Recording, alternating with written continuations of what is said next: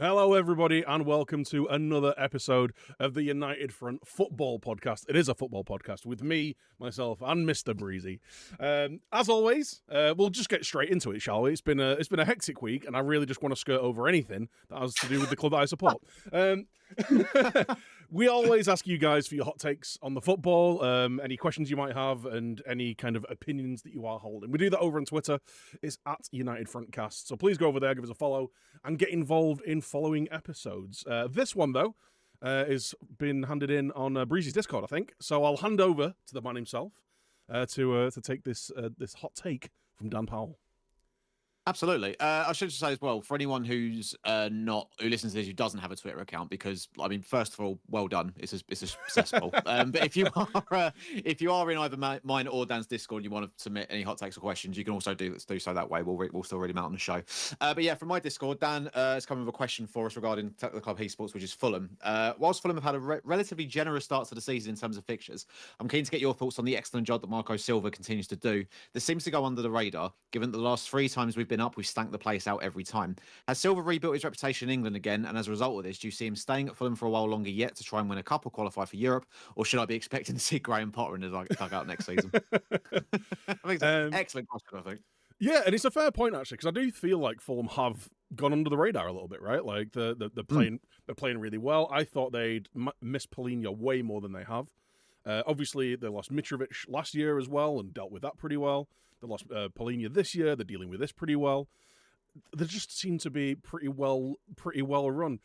I think they are missing. They've got a few players in there that, like, I think will not necessarily cause them issues, but like if you want to move on to that next step, you just need a bit more consistency. I'm thinking of players like Calvin Bassey, Adama Traore. As effective as a player like Adama Traore can be, he's so kind of up and down, wishy-washy a little bit. But if he can, if he's in the mood, if he has one of those games, he can be almost unplayable because he's built like a rugby player, isn't he? Like, he's ridiculous. But yeah, after the weekend's results, up into 6th, I think they're playing decent football. They've got some very good players right the way through the spine of the squad as well. I think the recruitment's been pretty good, generally, like, in relation to what they've been able to spend and the kind of players they can bring in. And I don't see why they couldn't have half an eye on, like, I'm not saying they're going to be challenging top 4 anytime soon, but having half an eye on the kind of things that teams like Villa and Brighton have been doing the last few years. Like, they're in a good catchment area. They've got a incredibly expensive season ticket, so they've definitely got the revenue stream. But they're playing good football with a good manager. And as far as it goes with Silva and like rebuilding his reputation. Yeah, he had that shaky time. Was it Watford and then Everton, and then it was all a bit. He was good at he was really good at Watford. And Everton chased him for a while, and eventually got him. And then Everton happened. So yeah, just Everton things. Yeah. So I don't necessarily think he had a reputation to rebuild so much. It might not necessarily like on the football field anyway. Maybe more of a personality and a personal thing. But I think he's doing a really good job. Yeah, and he's been doing a good job there for a decent amount of time. As regards to whether he's going to be expecting Graham Potter in next year, I think if that is the case, it's going to be because he gets poached by a bigger team rather than he loses his job. I think he's definitely got enough grace over the performances over the past few seasons and the start of this season to keep him securely in the job. But yeah, it'd be interesting to see if someone did come in, because you could see. I say this every year, like, the managerial merry-go-round is very interesting, seeing what could happen at Newcastle, whether someone comes in for Emery, whose obviously stock's really high. He's a massive overperformer. I could see an elite club coming in for him at some point. And I think Silva would be on the short list of a lot of those clubs. Yeah, absolutely. I think Dan makes a great point in terms of, and like you agreed as well, Fulham, the job that he's done there, sort of going under the radar, because as he says, I remember a time when Fulham were coming back into the Premier League and going back, and sort of were a bit of a yo-yo club for a while, like when Scott Parker was in charge, and I think it was Jovanovic, the Serbian guy I think they had beforehand. Oh yeah. Did a similar thing. He came up, tried to play really good football, and just got found out, and then they went for about 4 different managers that season. And I remember there being a time where it was like, neutral fans would lump Fulham in with sort of like Norwich and teams like that, of like, right, stop letting them in the Premier League now because they're not taking it seriously. That sort of thing. And I've said this before about other managers, like Thomas Frank's a great example. I think the Eddie Howe and the job he did at Bournemouth. Like, I think it's massive. It goes massively understated under the radar how impressive it is that a manager can take a team up and just make them an established Premier League club. Like, and we've seen in the last couple of years, it's such a difficult thing to do. And the fact that since Fulham have come up under Silver, they've not been involved in one relegation battle. They've always been comfortable, mid-table. Granted, it might not be the most after a few years as a Fulham fan, I'm sure you want to see they'd have been really disappointed to go out the League Cup, for example, this year to Preston. Like, so I think they would have looked at that and gone, all right, we're going to be fine in the league. Let's try and push off some silverware. But other than that, like I said, I think he's done a brilliant job. And even when they lost Paulinho this summer, I maintained that their most important asset, is him, because I don't think there's many managers that Fulham could get who could get the most out of the squad of players that he's got available to him. Because whilst over the years they've made one or two additions that other Premier League clubs also would have gone for, like Emil Smith-Rowe, João Paulinho.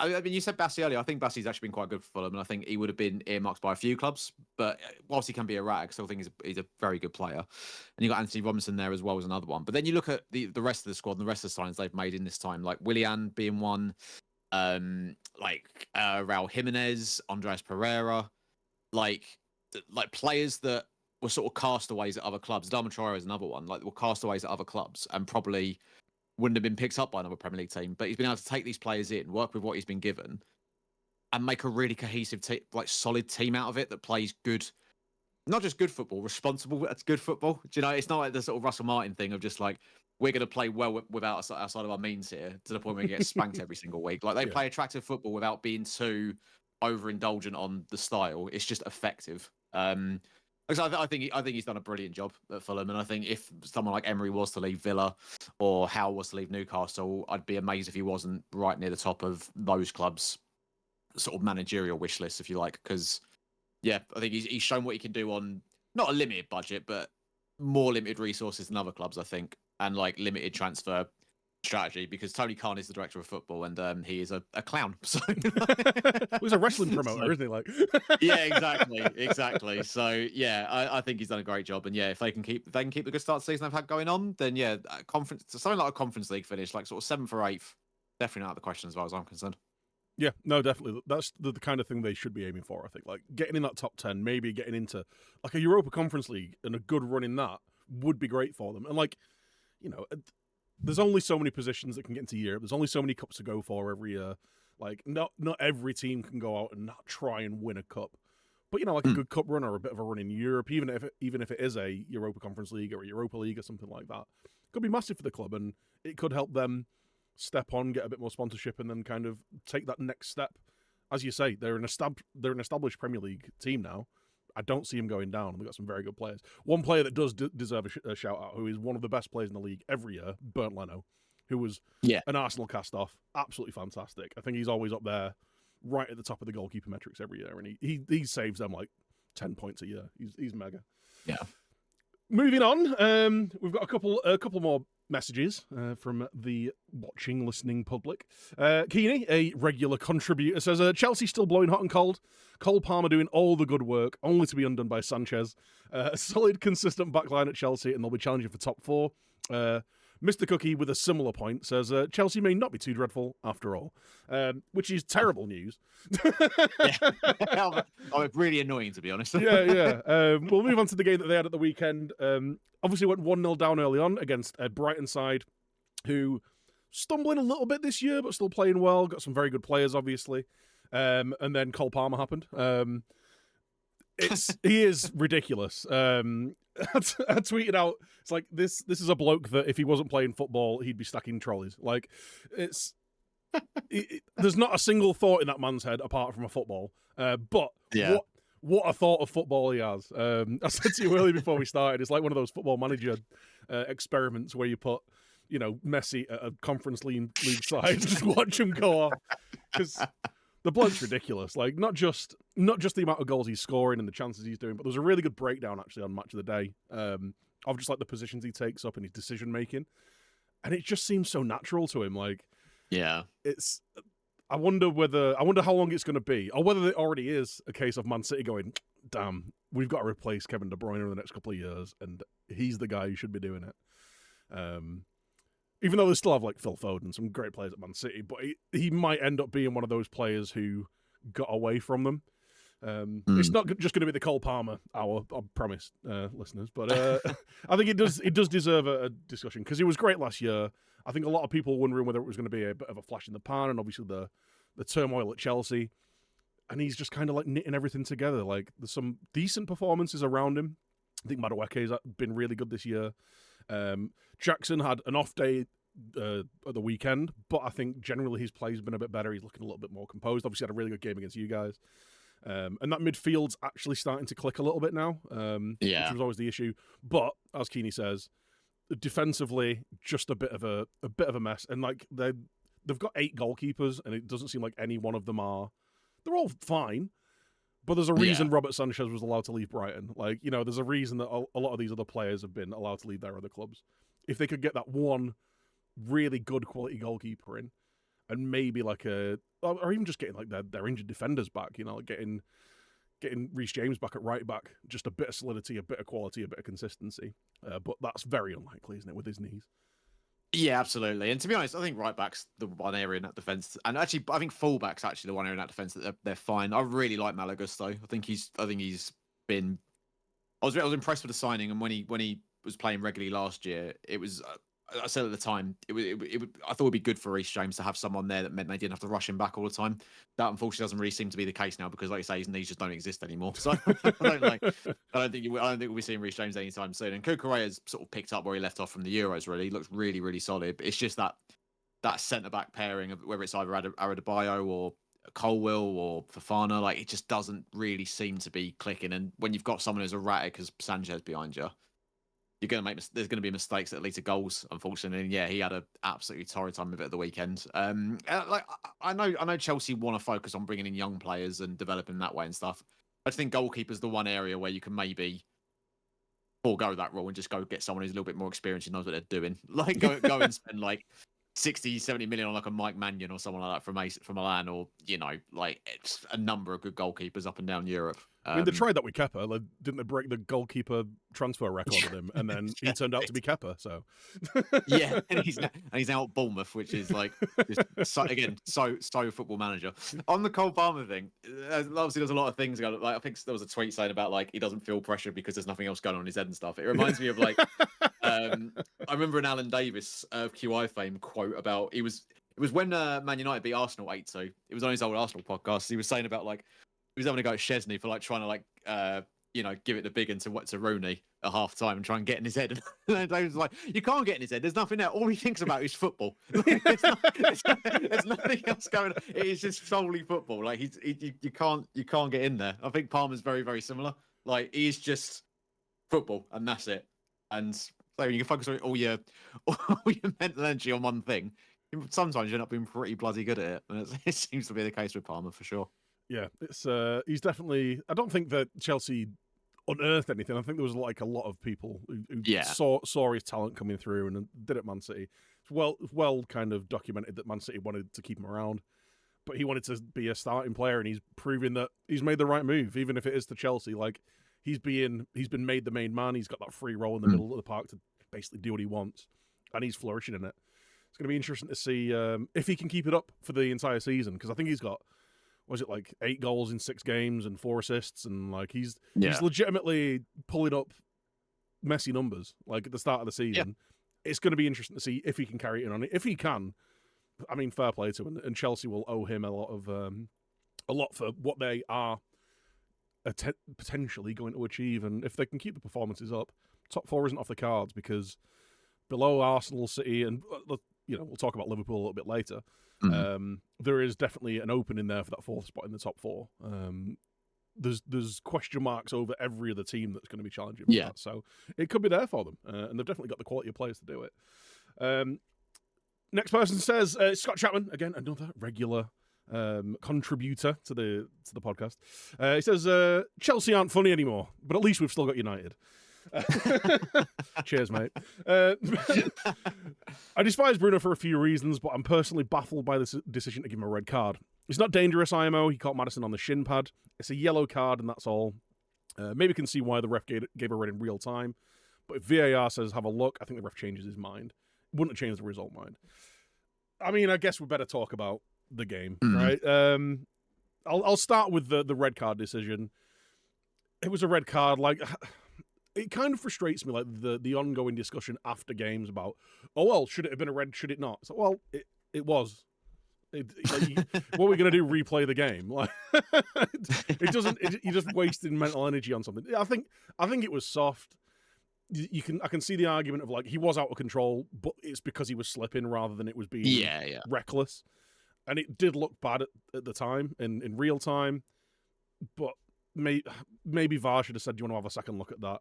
Or, like I've been saying for a long time, maybe this is the situation where the referee should be able to say to VAR, "I want to have another look at that because I might not have seen it cleanly." And I think maybe if he does, he either reinforces his decision or he rescinds it, and then at that point, then you know that at least the referee's been given the full tools to deal with it, right? I think he's. I'm so conflicted on it. I think everyone. Basically, the conclusion I've come to is everyone's right on this.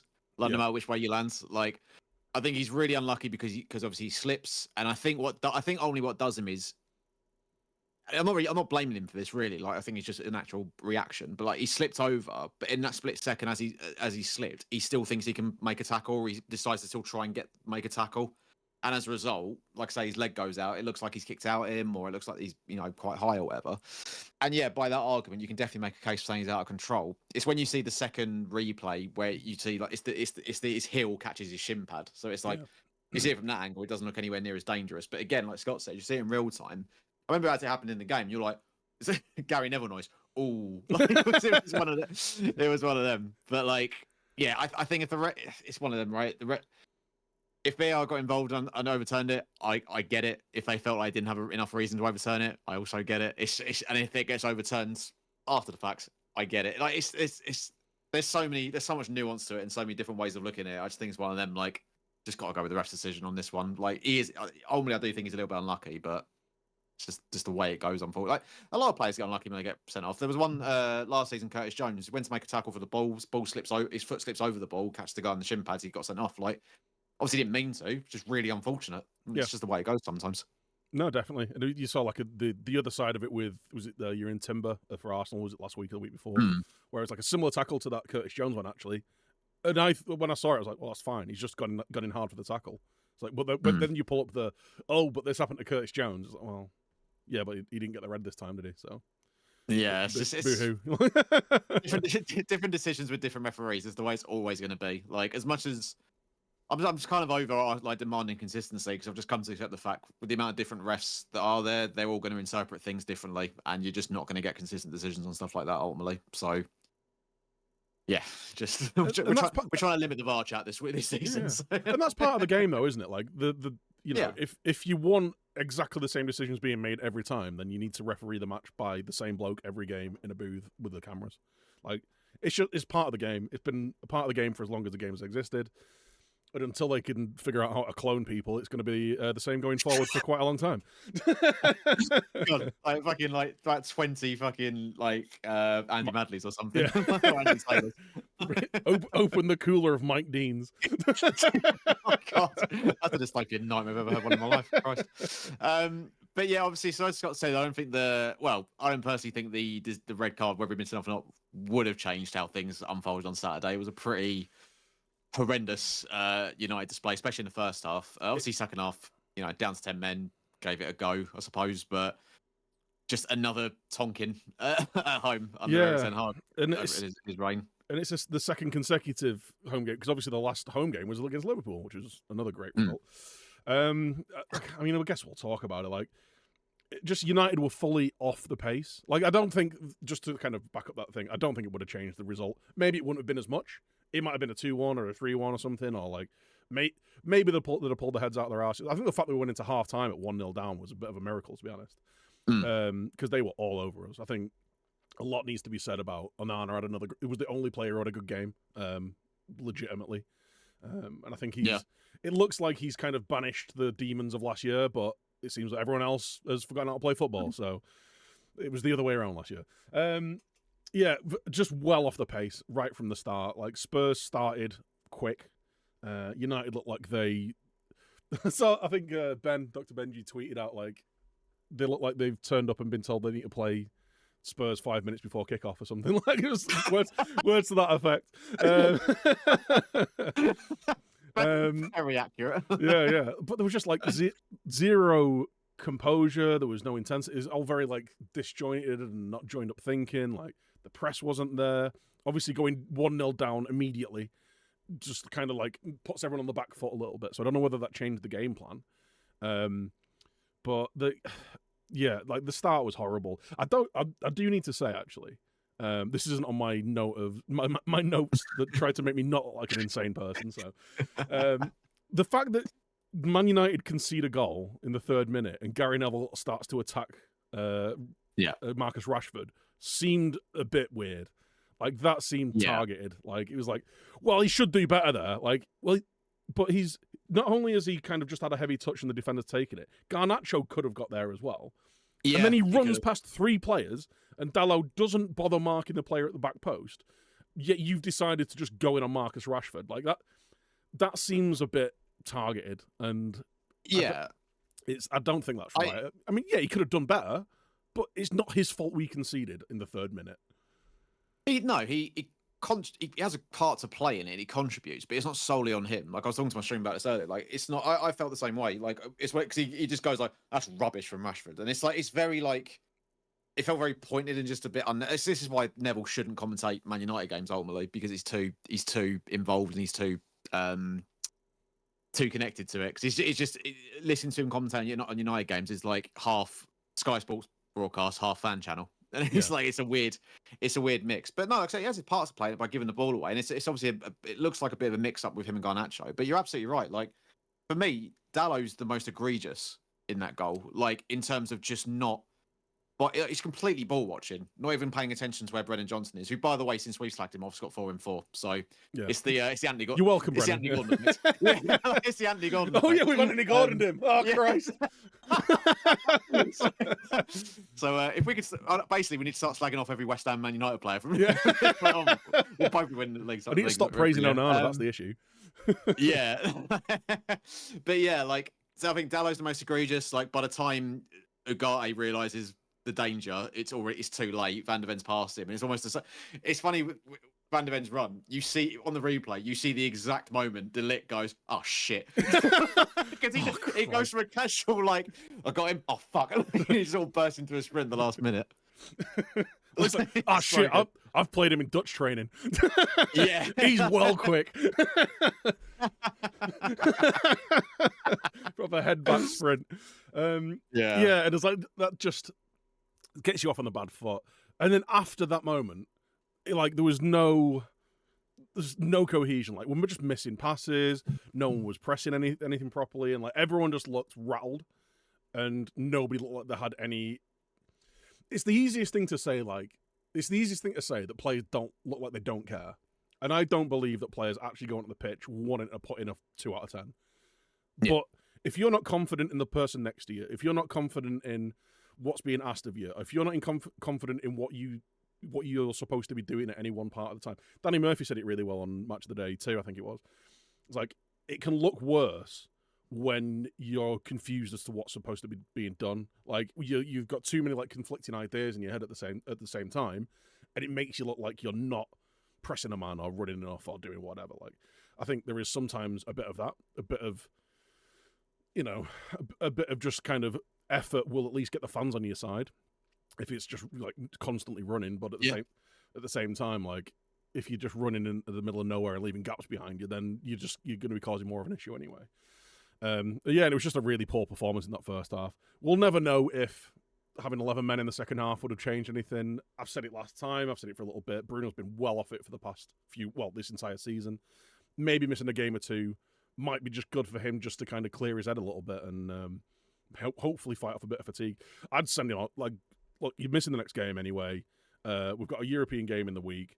Just go on holiday. Go away for a week. Go home. Go back to Portugal for a week. Clear your head a bit. Like, do what you need to do. We've got players who can play there. And to be honest, I kind of want to see a little bit of a different dynamic in that midfield anyway. Like, I get it's obviously what's being asked of him, and he does naturally play very high up the pitch, but he's almost the highest person up the pitch at all times. He's the guy leading the press, which is fine. But when that means that you're just completely when both fullbacks are getting up and high as well as our two wingers who I don't know whether they're being told not to track back or because they stay so high and wide at all times. We just leave so much space there. When you don't have that extra midfielder in there, you're just leaving yourself open to being passed around like Spurs did. I know Dallow's been generally doing a good job at stepping into midfield and helping out, but it's still not working. So maybe a different midfield makeup would be a bit better. And we're going to get to find it. We're going to get to see it, aren't we, for at least the next Premier League match. After the game, obviously it was a really poor game. There's a lot of people leaning on we're down to 10 men. Like, it's been, what can you expect against the decent Spurs side? Well, it was crap before that. But now it's almost people are forgetting the steps forward that were done in the previous 7 games.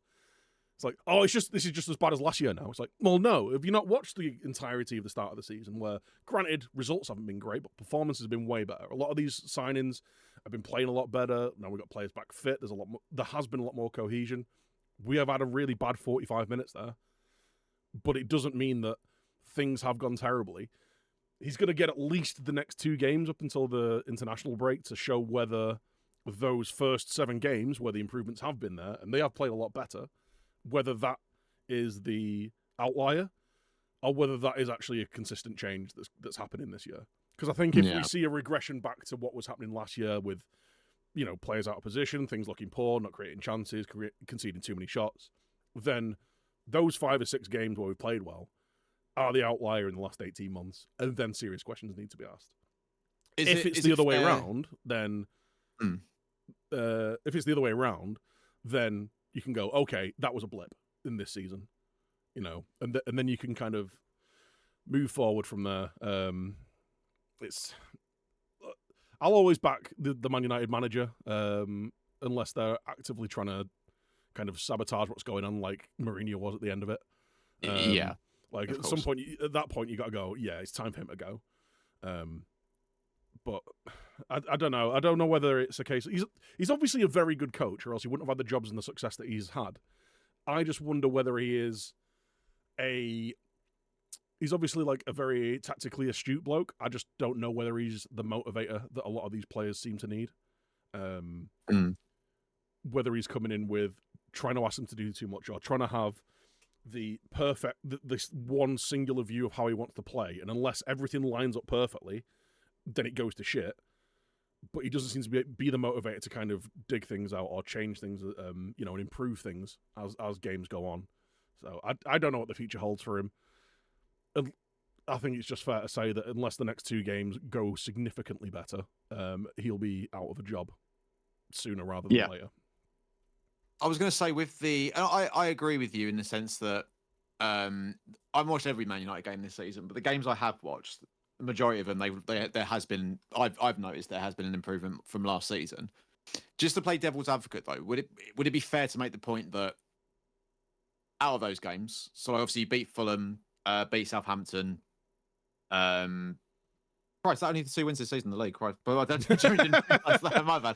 Yeah, rub it in. Yeah. Yeah, sorry. And then you obviously had the 0-0 draw with Palace, the 2-1 defeat away at Brighton, then obviously defeats Spurs and Liverpool. Is it fair to say that in the games where you have looked better, they've come against significantly weaker opposition? And maybe not significantly, like Brighton, obviously a good side this year, and you were on the wrong side of that one, despite the fact I thought at the time you played quite well. It was just, we said at the time, 2 shambolic moments of defending ultimately cost you in that game and not taking your chances. But against Liverpool and Spurs, granted, haven't been consistently good this year. They've been a bit up and down as well. You've been on the end of absolute hidings. And I think that's the thing that I think that's the thing that people will gravitate towards in terms of going, well, look at this, nothing's changed. Because I think that's probably been the one consistent throughout Ten Hag's reign. For all the good moments that he's had, you do seem to have this a few times a season where it's like it seems to be going well. Disaster of a game happens and you get tonked by a club who's like going to be in and around challenging for the top 4.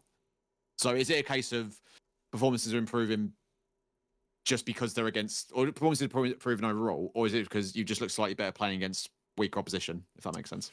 Not necessarily. I think on the Liverpool game as well, whilst it was a 3-0 scoreline, I don't think it was a 3-0 game. Like, it was three. We created their chances for them. And it was another game where they were just, they're a really good side. They took the chances when we created them for them. Not to say that United deserved anything out of the game. Liverpool were the better side. Yeah. But, like, I don't think it says, it's not like, oh, well, it's not like the 7-0. Even though that was 6 goals from 6 shots. Just putting that out there. Yeah, like, the performances generally have been a lot better this year. And it's not just because it's weaker opponents. Last year, Everton were having 25 shots against us. Like, it was really poor. Like, it was completely disjointed. As well, right? Yeah, like, really, really poor. Completely disjointed. Like, abysmal offensive and defensive stats all of last year.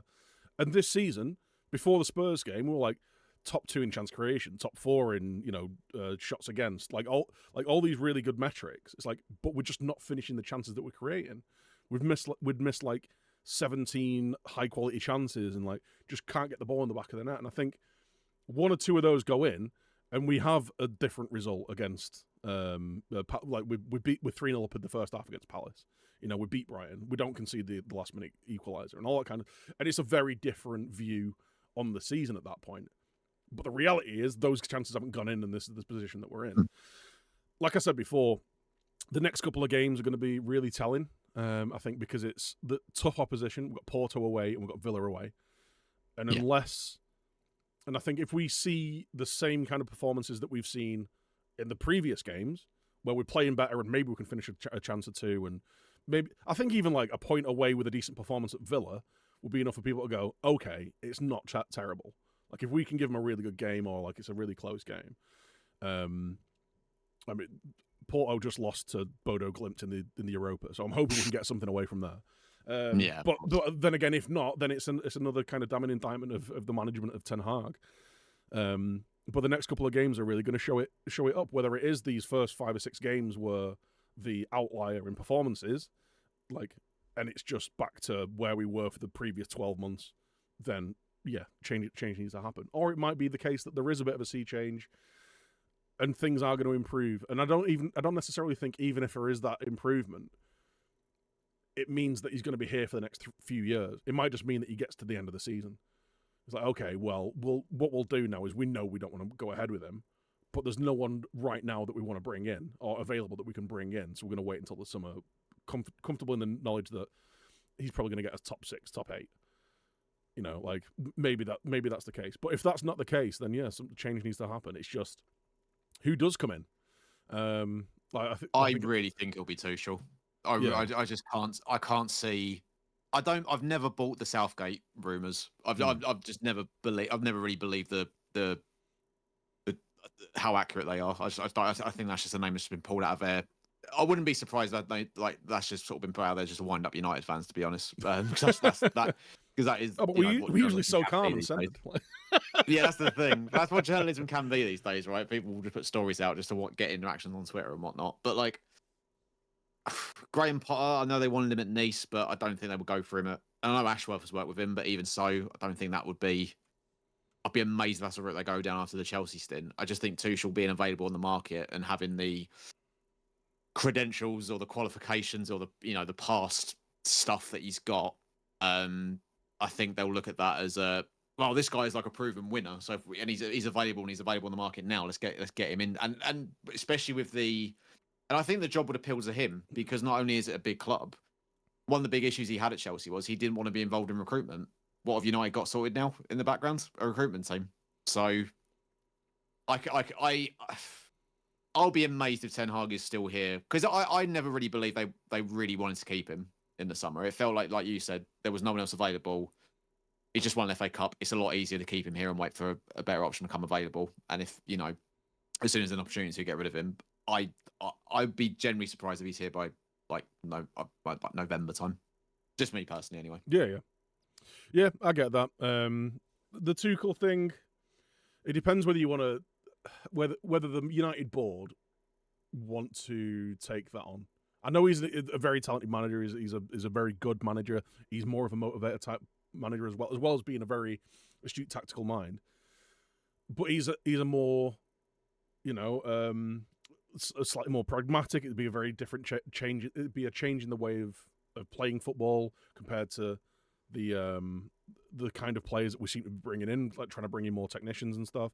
And so would that mean that we start another 3-year cycle of trying to overhaul a squad that doesn't fit a style? I just don't know what the decision is, and that as well is he's another manager, kind of like a Mourinho, where he lasts for 3 years, and then it all is all on fire when he leaves. Like, do you want to go back down that path? Like I say, if he can show in the next few games that the tide is turning, it might just be a case of he's there till the end of the year, and then you see where the cards lie at the end of the season. See who's available. Even see if it is a case of, we're talking about Emery before, like, could you tempt someone like an Emery away for the right amount of money, like and the prestige of managing Man United and the carrot of, we've got some really good players there. You could be the guy to actually kind of get us back into winning ways. And I think any manager with a massive amount of ambition. I'm not just saying that because I'm a United fan, but I think like one of the biggest clubs in the world. Like if you have that thing of, I could be the guy to turn it around and really prove what a great manager I am. Think of Klopp at Liverpool. Like, Liverpool were doing well under Rodgers, but never kind of could take that next step. And then Klopp comes in and it was really highly regarded at Dortmund for what he achieved there. But like his star is about as high as you can go after his time at Liverpool, even though he only won one league with every. And that's not me doing a backhanded dig. Like they were the second best team for 5 or 6 years in the league. Won a Champions League. Won every cup. Won everything. Yeah. So like, having the star that high, you could look at. It could be a manager looking at it. It's like, okay, they're not necessarily a sleeping giant, but they're definitely on hard times, and I could be the guy to turn it around. Especially with the changes at the backroom as well. Like, I think most managers would have looked at how it's gone for other managers with the Glazer set up and gone, I ain't going near that. Like, a lot of the ones, like I say, I think in Emery, if Emery was, this was now and the Glazer was still there, I think Emery would look at it and go, I'm so much better off at Villa. Whereas now, obviously, it's different people talking to him, putting the project forwards, like, again, Dan Ashworth's there, the new CEO's there and whatnot. It would be a lot more appealing, I think, than it would have been when Ten Hag came in. Like, weirdly, I think I feel like Ten Hag's almost come in too early. Do you know what I mean? Like, I think if this was Solskjaer and it was Ineos making this decision, they would probably go and look at Ten Hag if he was still at Ajax and doing what he was doing. Like, and again, we talk about. I know people like to dig on Ten Hag and say he's not actually that good, and it was in a Farmers League and it's Ajax in Holland and all that sort of stuff. But I mean, you look at where Ajax have gone since he's left, and I know they lost a lot of players and that didn't help. But like how far they fell so quickly after he went, like, and let's not forget like the underperformance of Ajax before he went in as well. Like, it was Feyenoord and PSV that were like fighting it out mostly at the top of the league there. Like, I don't think they'd won a Eredivisie in 3 years, 4 years or something before he went in, and then he just kind of won back to back to back, and then he got them back on track. So yeah, like maybe it is a case of the way that he wants to play, wants to set up, is only suitable, or isn't necessarily only suitable, but he needs to have the best players to do it in the league, and Man United just don't have that squad. Kind of on that point as well, like I've heard quite a lot of broadcasters and people saying, well, why keep him around? Like, is it going to be an indictment on Ineos already, like deciding to keep him around and then letting him spend this much money on bringing his players in? It's like, no. There is a new recruitment team in there, and I don't think that any of these signings would have got over the line if it wasn't agreed on all parties. Yes, De Ligt and Mazraoui played for him before, but is it not just the case that Mazraoui for 15 million is looking like the steal of the transfer window? Yeah, he had a bad game at the weekend, but he's been one of the best fullbacks in the league up until this point. He's been brilliant since he's come in. De Ligt took a few games for him to get his fitness up, and I think he didn't have a great game at the weekend, but he was far from the worst player there. And up until now, every time he's played, he's been mega. Like, he's been really good. Like, he speaks really well. He holds the line well. He's a good defender. He's good on the ball. He's obviously a threat in the box as well. He looks like, I said it last week, he looks like a Man United player. He's been a really good signing. I think Zirkzee, jury's still out. I think he's a very good player. It's just not quite clicking for him just yet, but none of our attack is. So yeah, I think the signings that have come in, and I've been a long time defender of Onana, where I thought he was getting undue criticism. And I think it's, how good he's been this year is kind of going under the radar a little bit as well, because, if everybody spends all last year trying to slag him off, they're not going to back down and admit he's actually a good goalkeeper, are they? So I think a lot of the signings have been good. Yeah, a couple of them hasn't. Like, Anthony's the stick that's going to beat him with forever. But other than that, I think a lot of the recruitment, a lot of the signings that he's had a part in have been really good. But I'll also come back to, there's an entire new recruitment team there with an entire new board that I don't think those signings would have got over the line if they didn't agree that they were the right signings. Like, we needed a better quality centre-back. We've got one. We needed more cover at fullback. We've got a really good fullback now. We needed another forward. We've got a young, exciting kind of striker that, yeah, like I say, he's not hit the ground running fully, but I still think he's been putting in good performances. And I think just the reality is kind of setting in of, maybe it is just going to be a little bit longer. It's the first transfer window under Ineos, so we need to bear that in mind. I think they've done a really good job at getting rid of a few players that needed to be gone. As much as I liked Aaron Wan-Bissaka, and I think he's a great signing for you, I think his time at Man United, it was time for him to move on. Yeah. There's still players that need to be moved on and moved out. The balance of the squad isn't perfect. I don't think it's perfect anywhere ever, but there's still time to be done with it. It's just whether it's the manager that, is going to be the same manager next year, like taking him on. I think that's the $1 million question, right? Isn't it? Like, what do you stick or twist with him right now? And I think there's just a growing realization, or it should be a growing realization for Man United fans, that some of their favourite players just aren't quite as good as they think they are. You see it all the time, like, well, this guy's the answer because he's not in the team. This guy's the answer because he's not in the team. I think the only player that's really kind of stepped up this year and kind of stepped up from where he was last year anyway is Ahmad. And even I'd say he's put in a 7 out of 10. It's not like he's put in a 10 out of 10. Yeah, he's still got work to do. Like, I think, but he's exciting. He's creative. And I think that's what we kind of need. And I think Garnacho, as exciting as he is, I think every time he starts a game and every time he's involved in big parts of the game, he's showing how much work he has to do on his overall game craft. Yeah, he's quick and he can beat a man and he likes to kind of make things happen, and he'll always back himself to score. But when does the penny drop and you just become predictable with that? It's like, yeah, he's always going to try and get a shot off. He's never going to try a little 1-2 or play someone through or beat someone on the outside and put a cross in. It's always, whether he's on the right or the left, he's always trying to open up an opportunity for him to shoot. And I think his decision-making isn't quite good enough. Rashford, as great as he has been, I think we're starting to realise that, he's got a very high ceiling, but a very inconsistent one. He'll have a 14, 15 goal season and then a 4-goal season. And then he'll have a 30-goal season and then an 8-goal season. And then, I think he has been better this year, but he still doesn't look confident. And I think his confidence is just shot at the minute. We've talked about it plenty on here. But when he's your senior wide player, and then the other one is this inconsistent Garnacho who needs to improve his decision-making, and Diallo who is still only, 21, 22. He's only just broken into the first team properly. That's they're out wide options. We've either got a guy who can't play, a guy who won't play, or a guy who we don't really know whether he can play.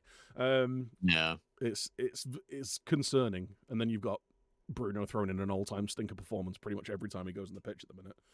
It doesn't really help. I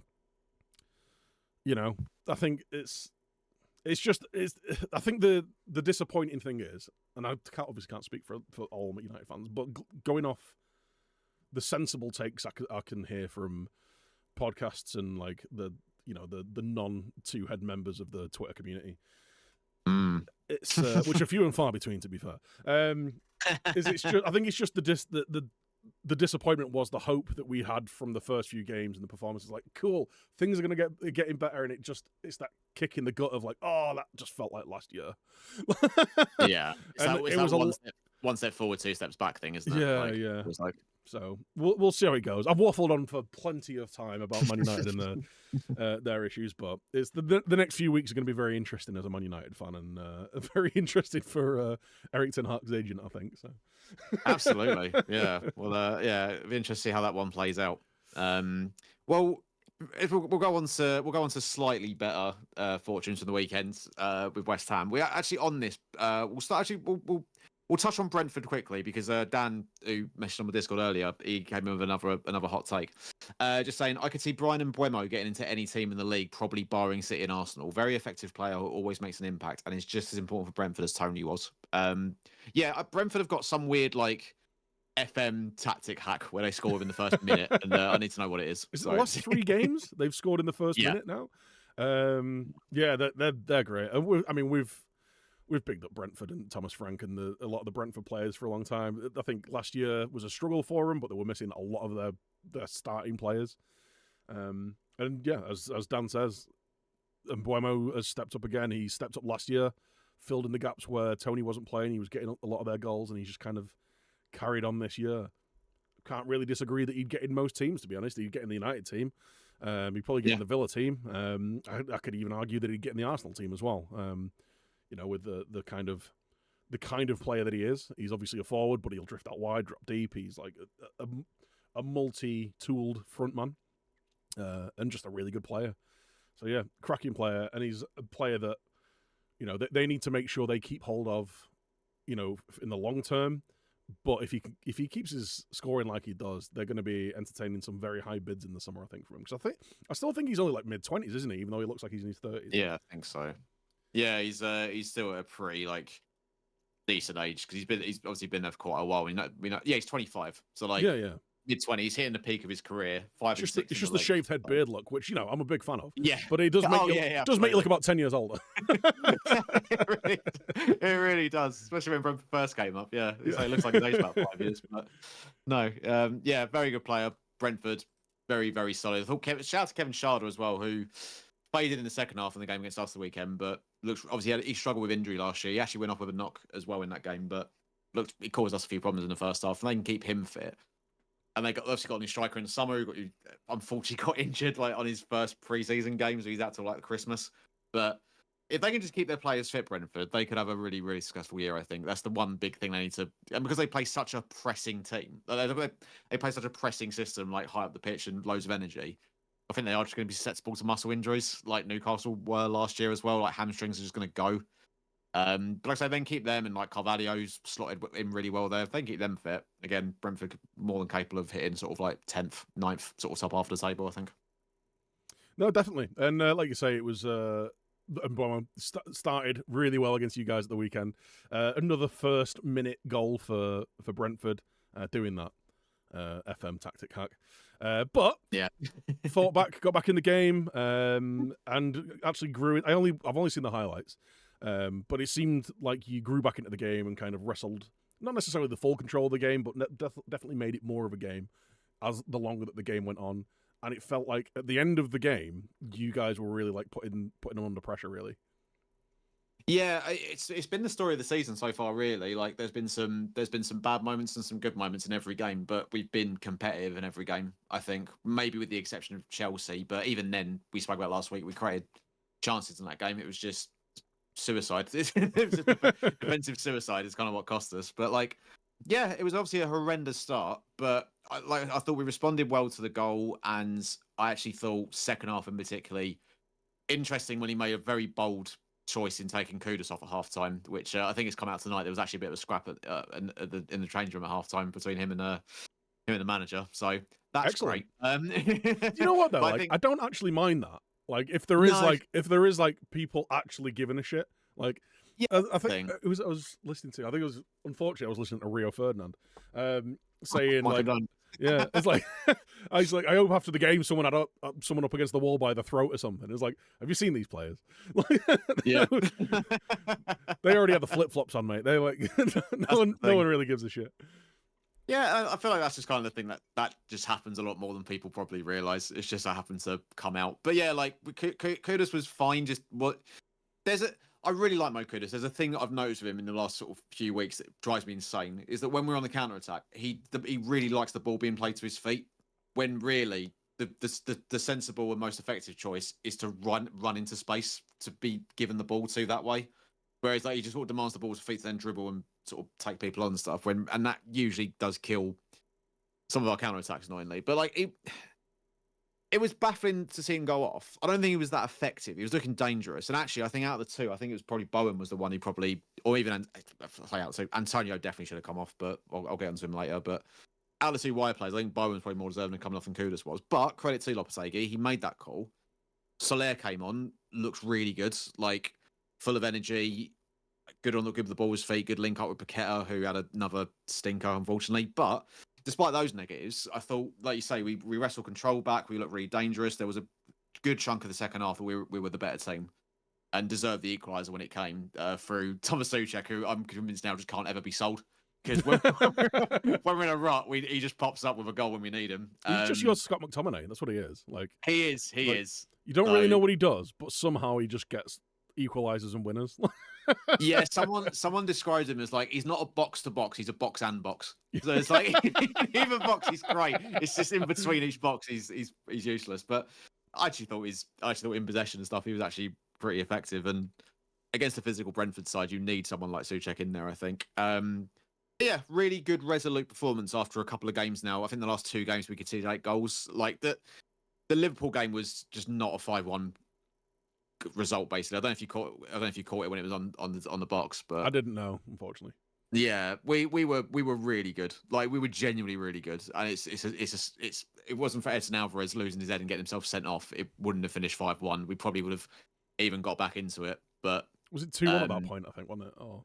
It was 2-1 or 3-1, but at 2-1, there's so many chances we had to get an equaliser or even get in front. Like we played really, really well, but because we lost 5-1, that kind of overshadows the entire performance. But again, another game where we were really competitive in, and I think that's the thing.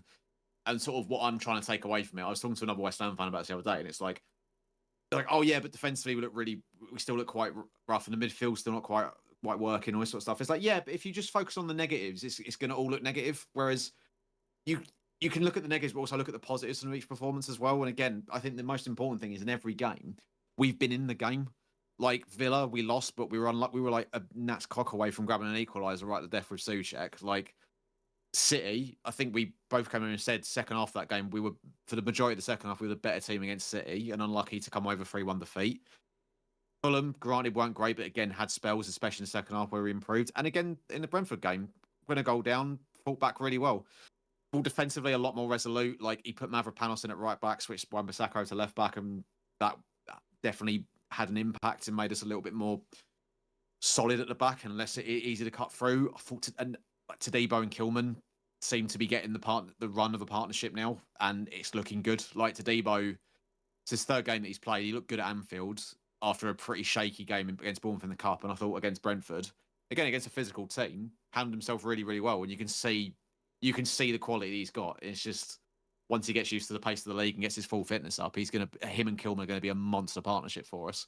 So it's just a case of getting all that stuff, like getting just those little bits figured out. And then the one thing that's hurting West Ham at the moment is when we are attacking and we get into good positions, we're just not as sharp in terms of the decision making. So whether it's like we take a few extra touches rather than getting the pass off or getting the shot off, or someone gets an opportunity to have a pop-up goal and they sort of hesitate and then turn back, and it's that those sort of things. But the build-up play is there, and it's just getting them used to that. And then once they they're more used to getting the ball in those positions and getting those opportunities to create a chance to have a shot on goal. I'm convinced that will all come a lot quicker. And I think whilst Bowen and Kudus haven't set the world alight so far this season, I do generally believe Nicholas Fulker coming into the team is going to help with that, because Mikel Antonio, I hate saying it because he's a genuine legend at West Ham, all-time leading Premier League goal scorer. Been a brilliant servant for us in the sort of 9-10 years that he's been here. I just think he's done at this level. Like, and there was signs of that last year, but this it says a lot when at the moment, because Falker is injured, I genuinely, and this is me saying this, I genuinely think Danny Ings is our best option at striker at the moment because he's offering something. Like whilst he hasn't got the pace or the strength or anything, he can still control a ball and bring others into play. And if the ball comes to him in the 6-yard box or the penalty area, it's more than likely going to score. Yeah. Whereas he knows what the back of the net Antonio can't. Exactly. And whereas Antonio can't bag a trap of cement at the moment, like he can't win anything. He can't win anything in the air anymore. He's lost a couple of yards of pace. Like all the things that made him effective just aren't there anymore. And it was always going to happen. And it's just unfortunate that Fulker got injured whilst away with Germany, because I think he would have started the last couple of games. But I don't think we'll be seeing a lot of Mikel Antonio as the season goes on. And I think once Fulker comes in, someone who can not only hold the ball up, he's really good at bringing others into play, and it gives Kudus, Bowen, or Somerville, or whoever an opportunity to make a run in behinds. And you know you've got a guy in there who, as well as Paqueta, will find you.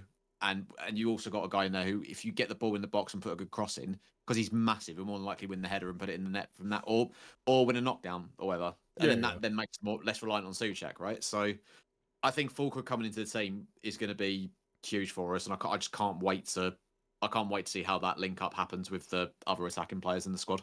Yeah, I mean, we said this last week, that it's still only really early in the season, and it's like, and as kind of like doomer as I was being about Man United, like there is this almost like, I know it's been 2 years with Ten Hag, so it's not like a good parallel. It's not a parallel that I'm trying to put forward here, but it is a few weeks. It's only 2 months like since the start of the season, like, and if people are getting frustrated or concerned about Lopetegui at West Ham, then that's all on them. Like, you can't have an immediate change of everything, quite a few new players, a change of style and a change of manager, and expect it to immediately click.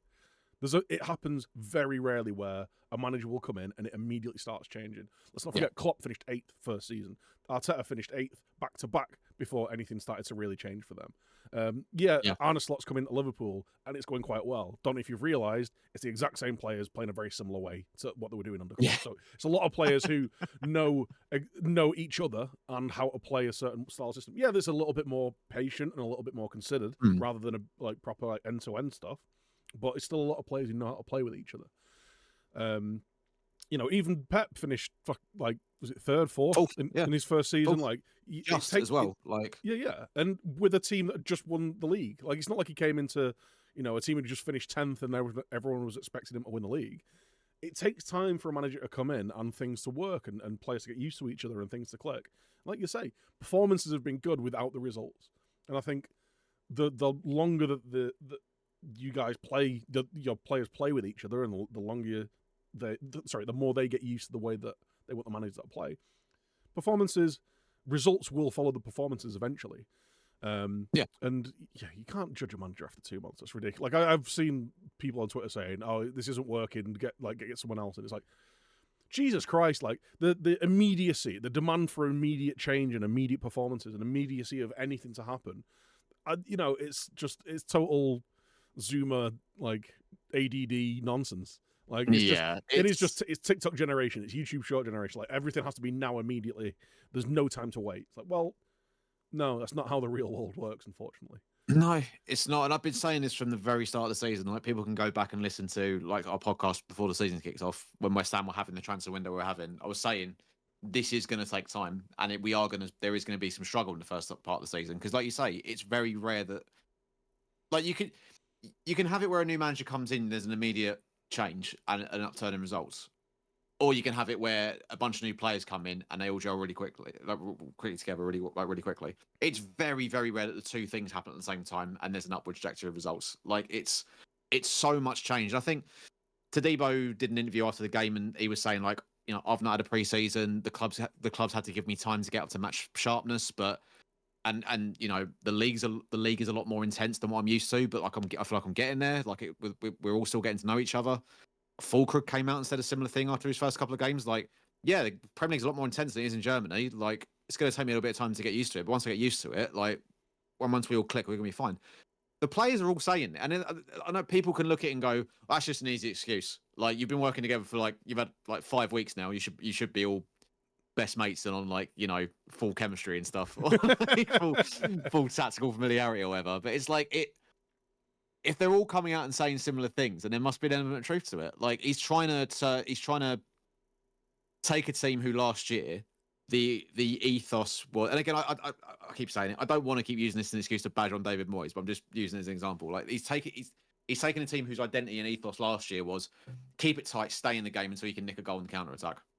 So now we're going to try and control a game from minute 1 to minute 90, and we're going to control teams, suffocate in possession, and we're going to score goals through our wing backs being pushed up super hard at the pitch. Like, it's a big change, And that's a change for the players who were there under Moyes last year and the players who are all coming in who all played under a multitude of different managers in their former clubs. So, like I say, people can look at it and say, "Oh, we've not won we haven't won a home game yet. We've lost all our home games." Yeah, against Chelsea, City, and Villa. We're also unbeaten away from home.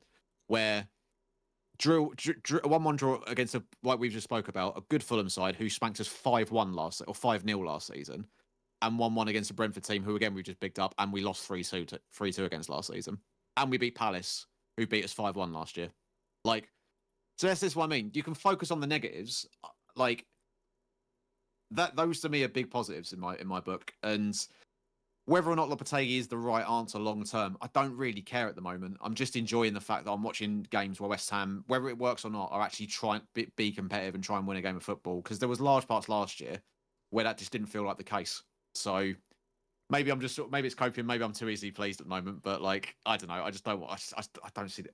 It's draining going on social media after every game, and there's just people like moaning all the time. Like. It's too much. It's just what social media is now. It's like it's people who are looking that their hobby is going online and looking for things to complain about, or like always looking for the negative, whether that be, socially, politically, sporting, whatever it is. It's like there's a real thing manager. where, yeah. Let's not get started on that. We've already gone over an hour.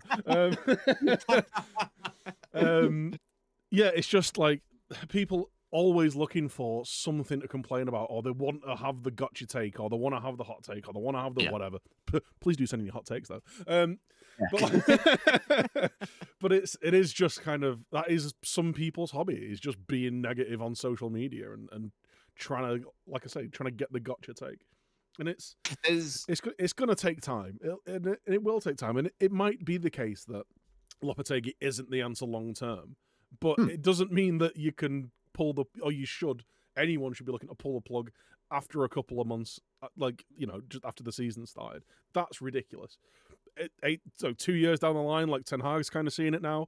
I kind of get it, but still, I get so frustrated with people who just want to look at the negative stuff. It's like it's just an infuriating norm in society at the minute.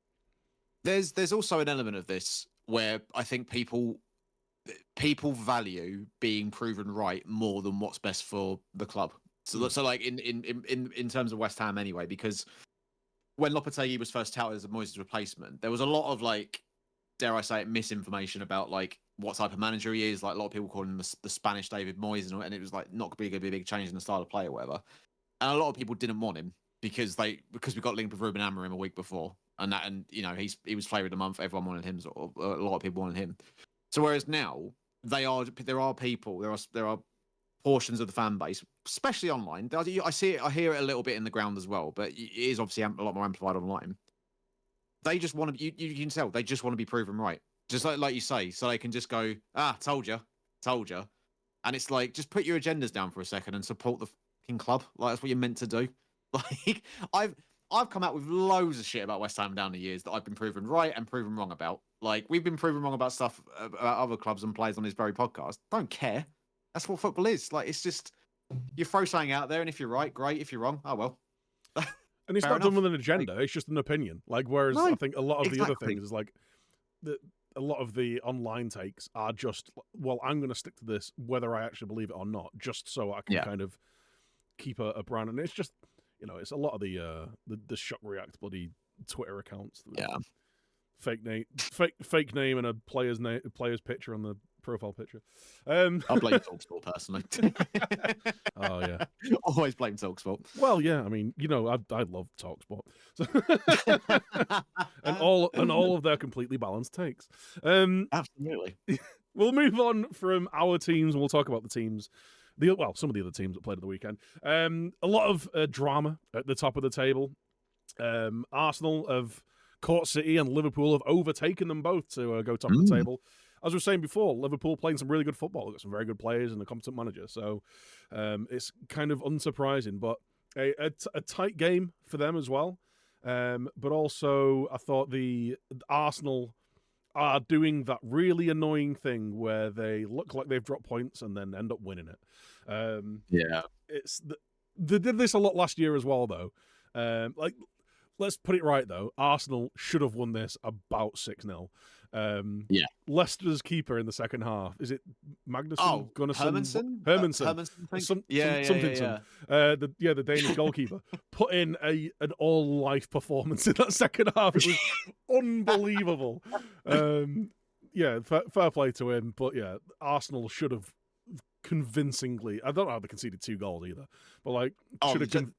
Justin goal is just a thing of beauty as well. Like it's you can't. I feel like you can't really account for.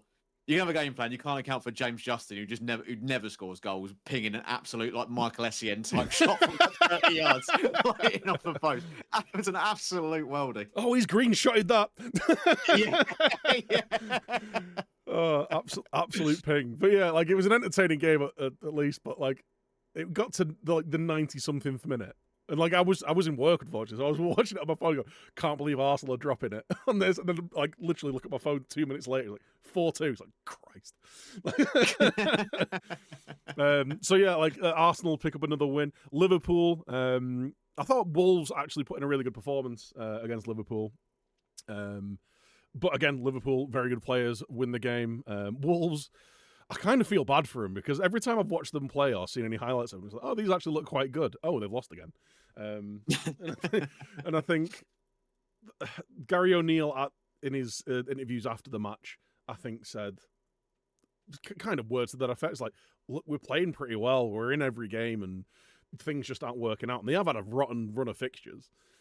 Yeah. But it's like, it's getting to the point where like, okay, we're approaching 10 games in now. You've played 6, you got 1 point.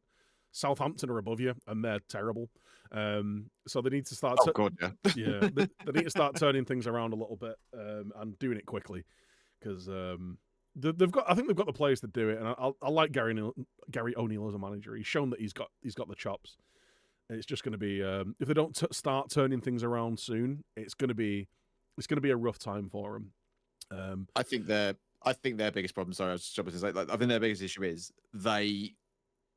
I don't think they're really that well stacked up top in terms of quality. Like Strand Larsen may well come good. Like he's shown glimpses of being a decent signing, but they don't seem super threatening going forwards. And I know they've got injuries in the back, and so I know Dawson was missing for that game. But since Kilman left and Mascara's now out for the season, but they do leak goals. Like even before Mascara's injury and Dawson's injury, like conceded 6 off Chelsea. Like they just seem to leak goals and give silly goals away, and that's my big concern for Wolves in the sense that, yeah, they're playing well, but it's the fact that they can't defend and they can't put the ball in the back of the net just shows to me that the quality of the squad probably just isn't there.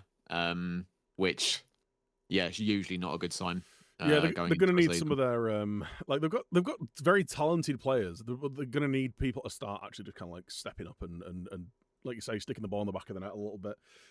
And just being a little bit more sure defensively. I like Johnston as a pickup. I think he's a really good kind of mid-table Premier League goalkeeper. I've been shouting that for a few years. But when you consider like the last few games, they had Arsenal away, Chelsea at home, which was obviously the 6-2. And then Newcastle at home, Villa away, and then Liverpool. So like, yeah, it's a tough run. It's a tough run of Premier League fixtures. That they had Forest in there where they got the 1-1, which was a closer game. But Forest have been really good this year as well. So it's a tough run. And luckily for them, it's going to get easier where they play Brentford, Man City, and Brighton in the next 3 games. So yeah, that might be gone. Yeah, that must be the toughest start to the season of anybody to play those caliber of teams in the first 10 games is ridiculous. I think there was like a stat thing or like a graph that said like it rated like the difficulty of the first 10 fixtures. I think West Ham were like 2nd or 3rd on that list. I'm pretty sure Wolves were 1st. Yeah, it's like Wolves don't bother turning up to the first 10 games. Basically. But it'll swing around. Like they'll have an easier run of fixtures at a certain point. Maybe kind of like in the start of the second half, or getting towards the second half of the season. So gives you one hand, takes the other. They just need to make sure that they're in it, like they're actually kind of at it, and they haven't been completely demoralised by the time they get a run. Yeah, they've got a run here where they play Palace, Southampton, Fulham, Bournemouth, like Everton. All back to back. Yeah, so like you could get 2 or 3 wins there and like start to feel a little bit better about yourselves. But yeah, it's been really rough for them. City Newcastle was interesting. Man City play without Rodri, don't win a game again. Um, hilarity Shock horror. ensues. Yeah, it was a really weird game. City looked. Again, I only watched the highlights, but from what I saw, it was just Newcastle were decent, but City just didn't look like they had anywhere near the composure and control in games that they usually do. Obviously, an incredible save at the end of the game from Nick Pope keeps a point for Newcastle, who've had a really poor start to the season in terms of performances. Had some good results. Performance has been really poor, but this is the first time where I really thought like they stepped up a little bit. So I don't know whether it's a little bit of 50-50, Newcastle were good and City were a little bit off it, or what kind of played into what. But City dropping some more points in the title race. Erling Haaland doesn't score. Shock horror. That was 5 games in a row. I think he'd scored, and it was the first. He was on there for breaking the record. I think at the start of the season. Yeah. But yeah, an interesting performance from them, but against the good Newcastle side and a good manager. That I think it was about time that Newcastle kind of stepped up and showed the qualities that they've got. Yeah, absolutely. It was a much improved performance from Newcastle. I thought things like you said, it might be a little bit of like a bit of both in terms of like were Newcastle good just because City were bad or vice versa. But no, I thought Newcastle. I've seen quite a lot of their games, and I'm in agreement with you. I think we both said it. Really underwhelming in terms of performances with their start of the season, but they were at it from minute one. I thought Eddie Howe had a game plan, works really, really well. Joe Linton put in an absolutely mega performance in midfield. Sonali looked really good. And actually, it's a shame for them that Isaac wasn't available, because I think if he had been, like, Gordon did a job down the middle, but they essentially play without a striker for the whole game. And that's something they really need to address is in January is to go and get another striker, because if Isaac's not there, like, whilst they played well and they created a few chances, they did still rely on a penalty to get them level. So it's like, if you can go get yourself another striker in January, so that when Isaac is not there or if he gets sold in the future, you know you've got someone you can rely on. Because at the moment, I can't think of another striker in the Newcastle squad that can come in if Isaac's not available. So yeah, one to worry about for them. But yeah, if they put that sort of application in the rest of their games moving forward, they'll be absolutely fine. I think that's the thing that's been missing from them is just that sort of effort levels or energy levels, whatever you want to call it. That sort of intensity has just not really been there. But it was definitely there for the City game, and City were just massively off it. And I think, whilst Kovacic is serviceable as a holding midfielder, and it's the problem, he ain't Rodri, who is the best in the world in that position. And when you couple that with not having De Bruyne in the team as well, Phil Foden still can't get a look in. It's difficult with City. You want to sort of sit here. I want to sort of sit here and be like, and I do think the Rodri injury is significant to the point where it could affect their chance to win the league this year.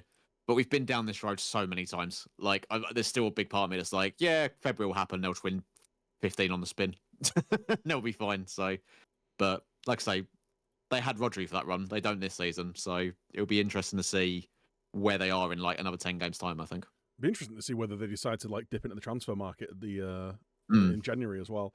In terms of like Newcastle and their forward options, I mean, they've got obviously Callum Wilson, who, when he's fit, is a very good striker. It is Callum Wilson, yeah. So I was racking my brain the whole game going, do they have another striker? They call Callum Wilson, but he's perma-injured, isn't he? So... Yeah. He's got wafers for legs. I agree though. Like, they obviously made that late bid for Anthony Elanga for another forward option. Who is more of a winger, granted, but I do think that they're just lacking options. I think they've got like decent midfield options.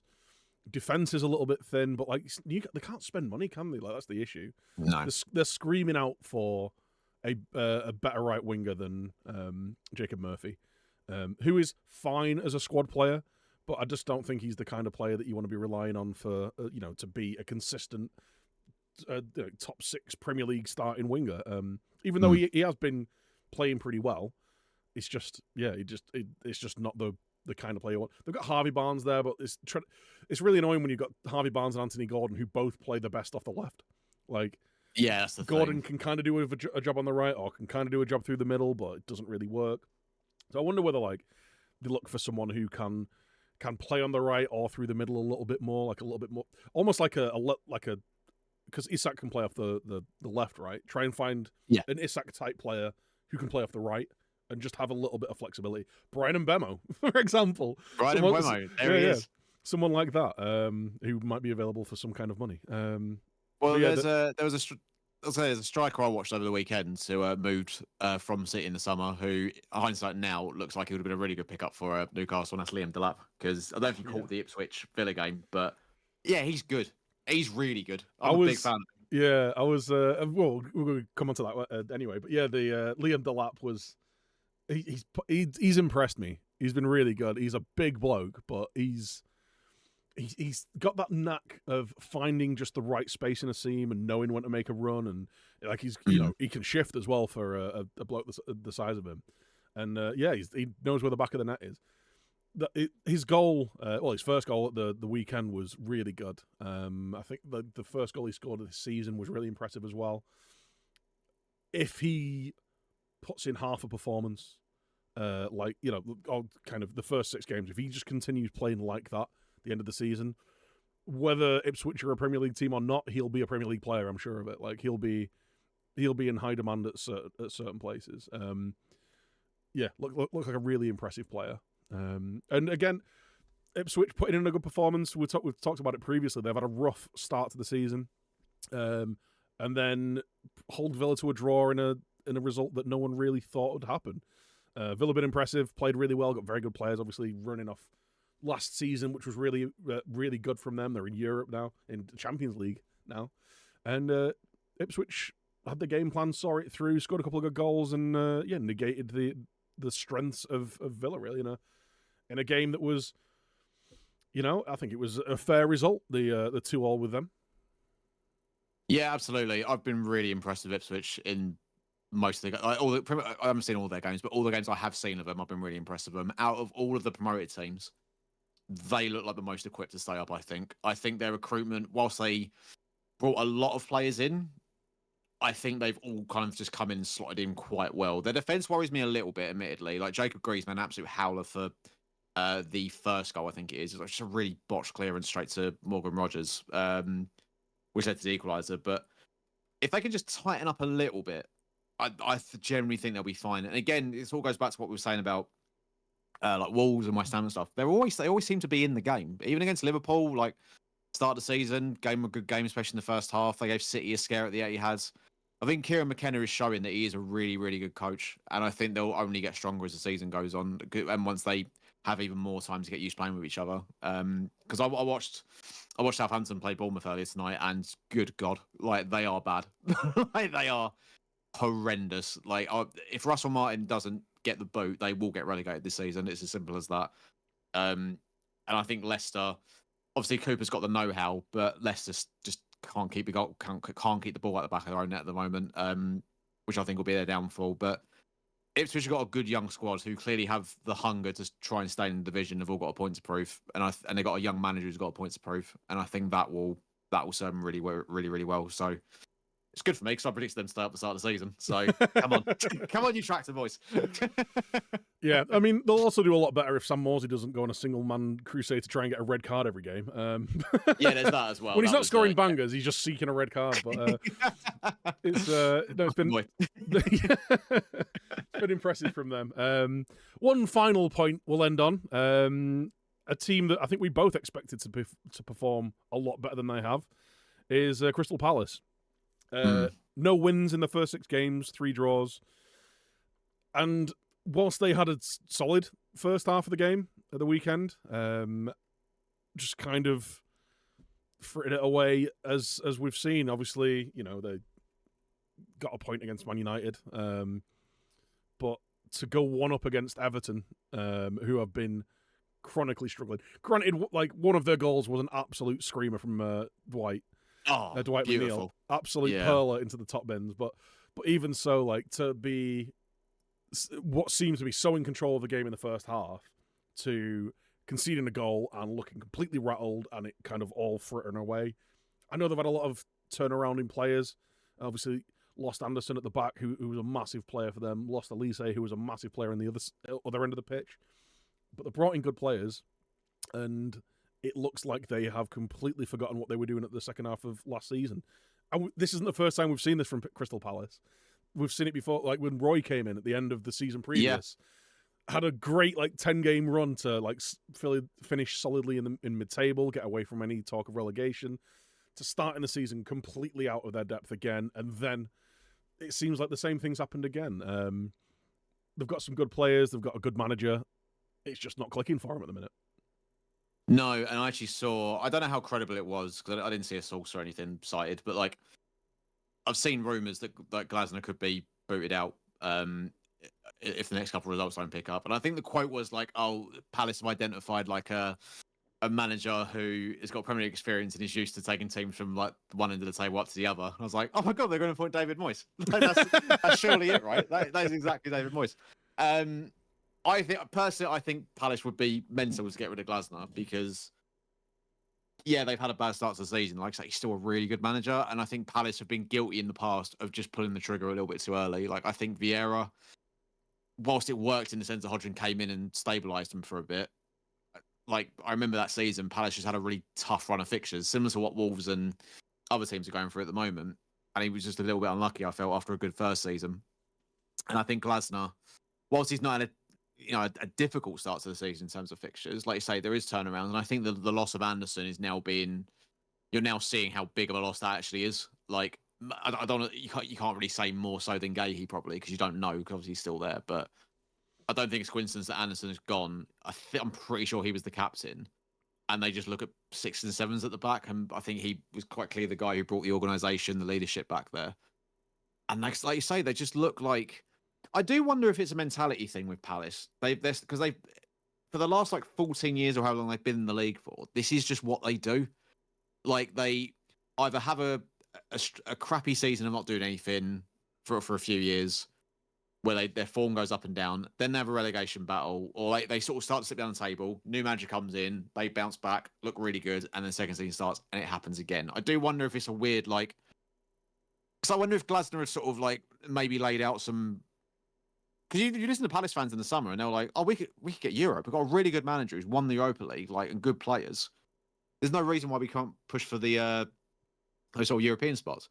And I'm sure Glasner maybe would have had that in mind, maybe, given, what he's done in the past at other clubs. But I do wonder if, in that dressing room, it's just a case of, well, this is a new season. What, we're not battling relegation. What do we do? Do you know what I mean? I do wonder if it's sort of because people talk about Spurs being trapped in a bit of a cycle of, not having this sort of, winning mentality and not being able to get over the line and to take the next step and stuff. I wonder if there's a little bit going on over there at Palace and whether they just need a little bit of a mentality shift to stop this sort of rut and this endless cycle they keep finding themselves in. Potentially, yeah. There's been periods of games where they've looked really strong. I mean, there was periods of game. I think the vast majority of the game against us, we were in control, but then at the end of the game, it was kind of like it swung a little bit. And it was the same against started the game really well against Everton, fell off second half. I think the big thing is they're just not finishing chances. The only player who's got more than one goal is Mateta because he's got his shirt tucked in, obviously. But naturally, they're just Nketiah's not scored yet. Sarr's not scored yet. I think Eze's got himself one goal, but they're getting themselves in decent positions. They're just not finishing off these moves and finishing off these chances. And it doesn't help when you got Dean Henderson in there, who varies wildly from being Levi Yashin to having no hands. It's a weird combo, but it's gonna be interesting. Like you say, it might just be a mentality thing. Maybe losing Anderson at the back, who was a big, a big influencer in there. I think the midfield is with Wharton in there is very young. I think they could really use an older head. I think in the middle of the park a little bit. As good as Wharton is, this is not Will Hughes. Well, yeah, exactly. Well, that's the thing. Is Will Hughes, with the greatest will in the world, is a championship quality player. And then they've got Wharton, like I say, in the middle, who is fine. He's a decent player, and they've got Lerma who can come in and players like that. But it just feels like they're missing a bit of an influential player in the middle of the park, who you really need, especially when you're playing a system like Palace do, where you're playing with a back fives and with really kind of offensive fullbacks, wing backs. You've only got two men in the middle of the park there, especially when you're playing two strikers with Eze behind. You need someone who's going to kind of lock down that midfield. And like I say, Wharton's very young but very talented, and I just think they need someone next to him who's really going to kind of take control of the game. Kamada doesn't seem like that kind of player. He's not a big imposing figure in it.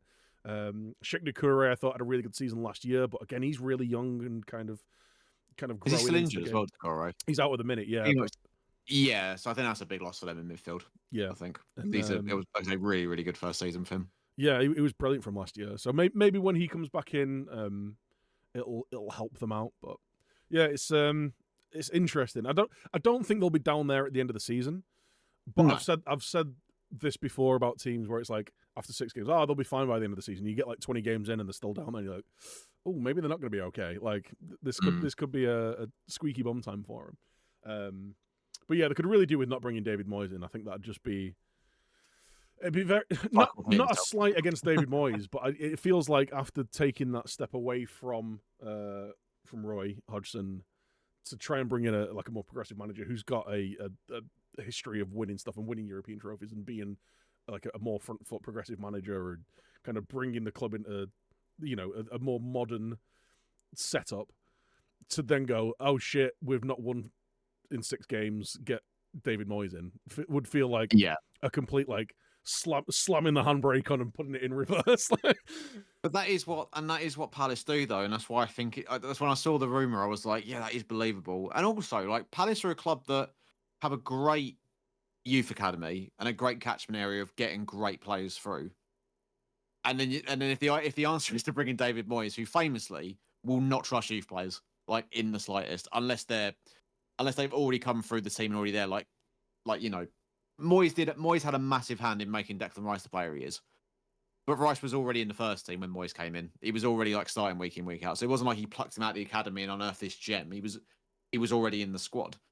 And there was times throughout his tenure at West Ham where we were having quite a lot of injuries, and we could have done with someone from our very talented youth team being given an opportunity, and he would just play someone out of position instead from the senior squad, rather than give anyone from the youth team a chance. So I think that would rub Palace fans up the wrong way massively. And I think if that was to happen, and it's all hypothetical and based off a rumor, obviously, that I've seen online, but if that was to happen, I like Steve Parish. He comes across really well when I hear him be interviewed. He's clearly got a good head on him, and like in terms of talking about how to run a football club and like his opinions on the state of the Premier League as a whole and whatnot. But I think it would be a damning indictment of him if he was to make that call. I think just give this manager a little bit of time, because like you say, that's like we always say, Rome's not. I think like you said earlier, everyone wants like immediate success, and it's like, especially for a club like Palace and a club like West Ham as well, like just take your time with it. Rome wasn't built in a day. Like, just give him a bit of time to put that squad together, figure out what else he needs the following transfer window, and then build from that.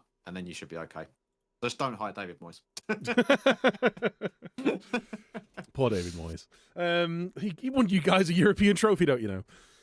No, do you know what? I don't want it, because they'll definitely come to the London Stadium and beat us. And the coverage will be fucking unbearable. So, like, if he doesn't take a Premier League job ever again, then I'll be all right. So it's like when we sacked Allardyce, although he never beat us. But I hated the fact like we were playing an Allardyce team. It's like, God, if he beats us, it's going to be insufferable. This is why we can't let Ole take over a club ever. No. Because then all that'll happen is we'll lose, and then the fan base will go, "Why didn't we get Ole back?" Because Did you see his quote, by the way? Someone, I love this. Someone asked him about the United job, and he goes, "Well, I'll never talk about someone else's job, but yeah, I'll definitely take it." It's like, right. Yeah. I'm sure it got lost in translation, but just as a quote on Twitter, it reads really as a funny. Was it it was like some business? It wasn't even a football thing. I think it was like a business meeting or something like. But he was there, and someone asked him and said, "Oh, well, would you ever take the Man United job again?" I was like, "Well, of course." Like, of course he would. He's a Man United legend, Man United fan. Like, I still think he was given far too rough a deal from the job he did when he was in charge. But like, yeah, I mean, what's he gonna say? Like, nah, I don't ever want to go and manage that club that I love anymore again. Like. It was just like I say, it was just the sort of like the two quotes or the two things in the same sentence. Just like, I wouldn't talk about someone else's job, but absolutely, I'll take it. Yeah. Oh, but that one. Fuck that guy. Yeah. Oh, I'll have that one. Yeah. Fuck this guy. Yeah, I'll have his job. No problem. Oh God. Yeah. Things. Yeah. Just rose tinted glasses, I think, with a lot of Man United fans, because I've seen genuine people saying, "Get Ollie back." Oh, Jesus Christ. Oh well. I did see someone make a compilation of like on Twitter, and it was something like Van Halbel, or something like when Van Hal was in charge, and someone was going, "Jesus Christ, we're going that far back." It's at some point we're going to see a David Moyes compilation of Man United. We never had it so good. Yeah. What do we do? remember Juan Mata under David Moyes? Oh, it was beautiful. Yeah. Never seen such good football. Right. Mate. Well, we've waited on for long enough this week. Thank you once again to everyone who has given your hot takes and opinions on the week's football. Don't forget, go give us a follow over at United Frontcast, or go on Twitter and find our Discords and give us your terrible opinions there, or good ones. Sometimes we'll discuss anything on there. Thank you so much for tuning in. Don't forget to give us a thumbs up, 5 stars, recommendation, whatever you can do to increase engagement. That's the buzzword from about 3 years ago on YouTube, right? Engagement. Absolutely. Type something. Type in the comments box below, and the usual stuff. Thank you so much for tuning in, guys. We'll catch you all next time. That's it from me and Mr. Breezy, and we'll see you next week when hopefully we've got some better performances and better results for our clubs. Take it easy. Bloody hope so.